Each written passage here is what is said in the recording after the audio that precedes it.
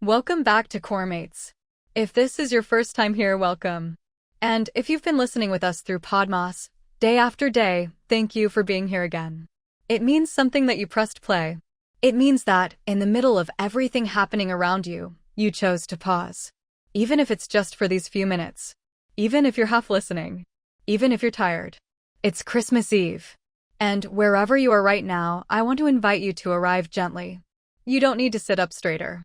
You don't need to focus harder. You don't need to be present the right way. Just notice where your body is.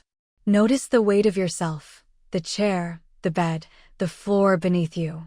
Notice your shoulders, your jaw, your breath. If you feel tense, that's okay. If you feel numb, that's okay too. If you don't know what you feel yet, that's okay.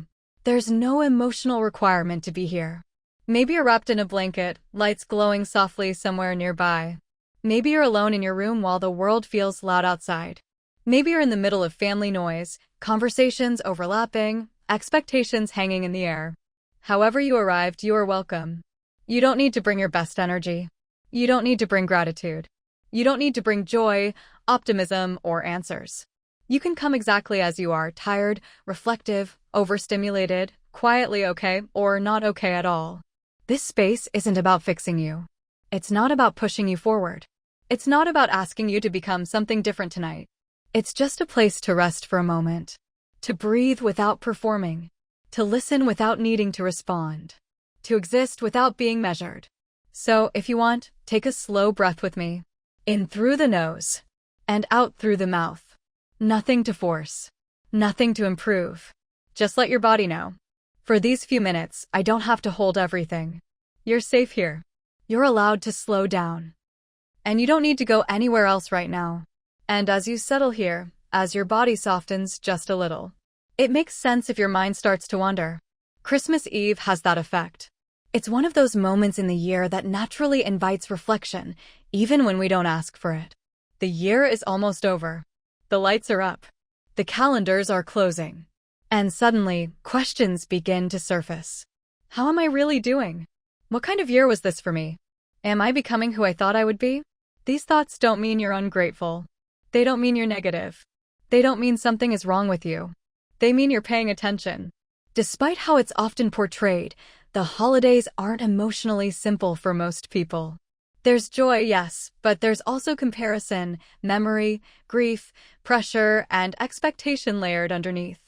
Studies show nearly 9 out of 10 people experience stress during the holiday season, and around 70% say they feel pressure to appear happier than they actually feel.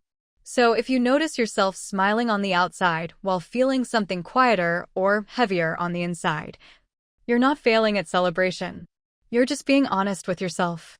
Maybe part of you feels warmth and gratitude, and another part feels tired, uncertain, or slightly lost. Maybe you're excited about what's ahead, while also mourning something that didn't happen this year. Both can exist at the same time. You don't have to choose one emotion to make the others disappear.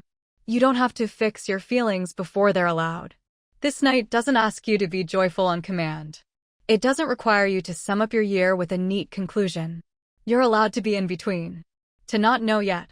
To still be processing. To simply notice what's here without judging it. If tonight feels quieter than you expected. If it feels tender. Or even a little confusing, that doesn't mean you're missing something. It might just mean you're listening to yourself for the first time in a while. And if, as you sit with those thoughts, you notice a kind of tiredness underneath them, that makes sense too. Because this year wasn't light. For many of us, it wasn't just busy or challenging. It was heavy in a quiet, ongoing way. The kind of heavy you carry without always noticing until you finally stop moving. Especially if you're Gen Z. This year asked you to be a lot of things at once. To keep going. To adapt quickly. To care deeply about the world while still managing your own life. To think about the future while the present already felt uncertain. Studying, working, building something on the side. Trying to stay mentally okay while being constantly informed. Watching the world change fast and being told to keep up. It's no wonder so many people feel exhausted. A recent report found that 86% of young people say they feel burned out. Not because they're weak, but because they've been stretched for too long without enough rest. Burnout doesn't always look dramatic. Sometimes it looks like numbness, like losing motivation for things you used to care about, like needing more effort for tasks that once felt easy. It's your nervous system saying, "This is a lot." And then December arrives with lights, expectations, social plans, as if the body hasn't already been running all year. So if your energy feels lower than usual tonight, if joy feels quieter, if your body just wants to stop for a moment, that's not you falling behind. That's you responding honestly to everything you've been carrying. You don't need to push through this moment. You don't need to end the year strong. You don't need to turn exhaustion into a lesson. Sometimes the most self-respecting thing you can do is to sit down and finally let yourself feel how tired you are. Rest isn't something you earn by overworking. It's something your body asks for when it's been listening longer than you have. And tonight, if nothing else, you're allowed to listen back. And when we're tired like this, truly tired, we often reach for the easiest form of comfort available. Usually, it's the screen, the phone in your hand, the endless feed, the familiar motion of scrolling without really thinking about it. And to be clear, there's nothing wrong with that. Social media does connect us. Over 90% of people say it's entertaining and helps them feel connected. It gives us laughter, distraction, moments of relief, a sense of being part of something. But there's another side to it, one we don't talk about enough.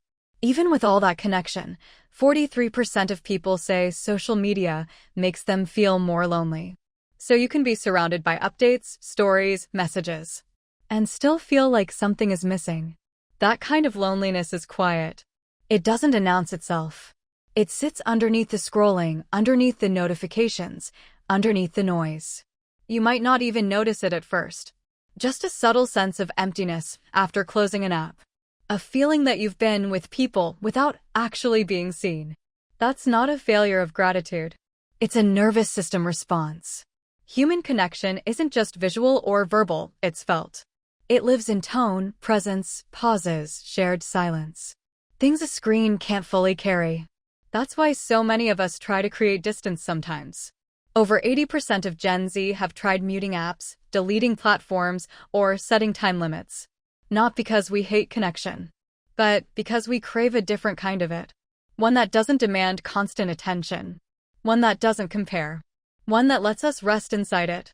So, if tonight you notice the urge to put your phone down for a moment, or the urge to keep scrolling because stopping feels uncomfortable, both make sense. There's no right choice here. Just an invitation to notice how your body feels, rather than judging what you do with that awareness. Even listening to this, choosing a human voice over a feed, is a small act of care. A reminder that you don't have to be surrounded by noise to feel less alone. And when the noise quiets, even just a little, that's often when deeper questions start to rise. Not loud questions. Not dramatic ones. Just a soft wondering. What am I doing all this for? Is there something I'm supposed to be moving toward? Am I falling behind in life? So many people carry these questions silently. And it might surprise you to know how common that feeling is. Nearly 90% of young people say having purpose is essential to their well-being. And at the same time, almost 60% say they struggle to feel any real sense of it. That disconnect can feel unsettling. Like you care deeply, but don't know where to place that care. We're often taught that purpose should be big, clear, defined early, something you can explain in a sentence. But that idea puts so much pressure on the human experience. Purpose isn't always something you find. Sometimes it's something you practice. It shows up in small, ordinary moments. In helping a friend. In learning something that genuinely interests you. In creating even if no one sees it. In choosing rest when your body asks for it. Therapists often describe spiritual health not as belief, but as meaning. A sense that what you're doing matters to you. That can be as simple as taking a quiet walk, making something with your hands, spending a moment in silence, doing something kind without needing recognition. Purpose doesn't always arrive as clarity. Sometimes it arrives as relief. A moment where your body softens and you think, this feels right, at least for now. And that's enough. You don't need to map your whole life tonight. You don't need a 5-year plan. You don't need to know who you'll be in January, let alone in 5 years. Meaning can be seasonal, fluid, allowed to change as you do. Right now, purpose might simply be listening. breathing, letting yourself exist without needing to justify it. And that still counts. And when we stop asking ourselves to have everything figured out, something else often happens. Feelings we've been holding in, sometimes without realizing it, start to surface. Not because we're falling apart, but because we're finally slowing down enough to notice them. There's this phrase that's been floating around in Gen Z culture: crashing out. You've probably seen the videos. Someone overwhelmed, crying, yelling, letting it all spill out. It's often played for laughs, but underneath the humor is honesty. It's the recognition that holding everything together all the time comes at a cost. Emotional release isn't failure. It's not immaturity. It's not losing control. It's your nervous system completing a stress cycle. Crying, venting, letting frustration move through you. Even sitting quietly with a heavy feeling. All of that helps your body come back into balance. We're often taught to regulate by suppressing, to stay composed, productive, and calm at all times. But real regulation includes expression. So if tonight you need to cry to a song, or rant about something small that suddenly feels big, or just let yourself feel disappointed, sad, or overwhelmed, that doesn't mean you're breaking. It means you're letting pressure out of a system that's been under strain. You don't have to make it meaningful. You don't have to learn a lesson from it.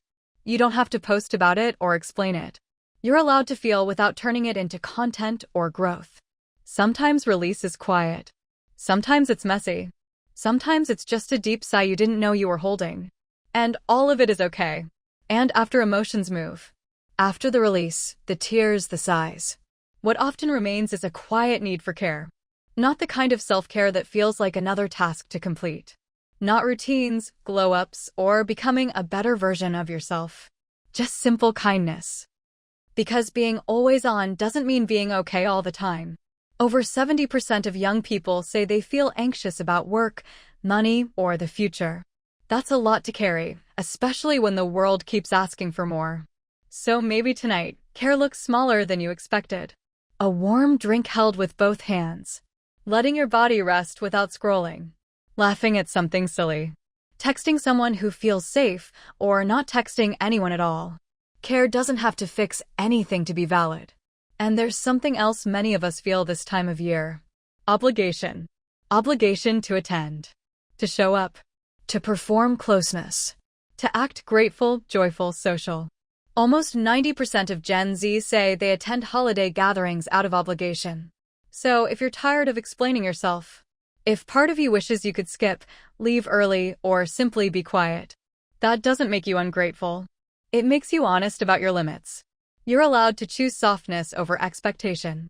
You're allowed to protect your energy. You're allowed to rest without earning it. Skipping something doesn't mean you don't care. Staying home doesn't mean you're missing out. Saying no doesn't mean you're failing anyone. It just means you're listening to yourself. And listening to yourself is a form of respect. And now, as we come toward the end of this Podmas journey, let's take a moment together, a moment just for yourself.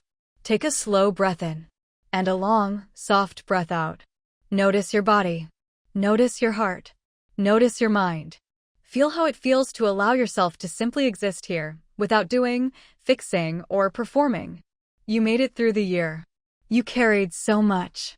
And even if it didn't feel graceful or neat, you survived every single hard day. That is a 100% success rate. And while the holidays can feel heavy or confusing, tonight, right now, you've given yourself a gift. A few minutes of presence. A few minutes of listening. A few minutes of soft attention toward your own experience. Take another deep breath with me. In through the nose. Out through the mouth. Let tension fall away.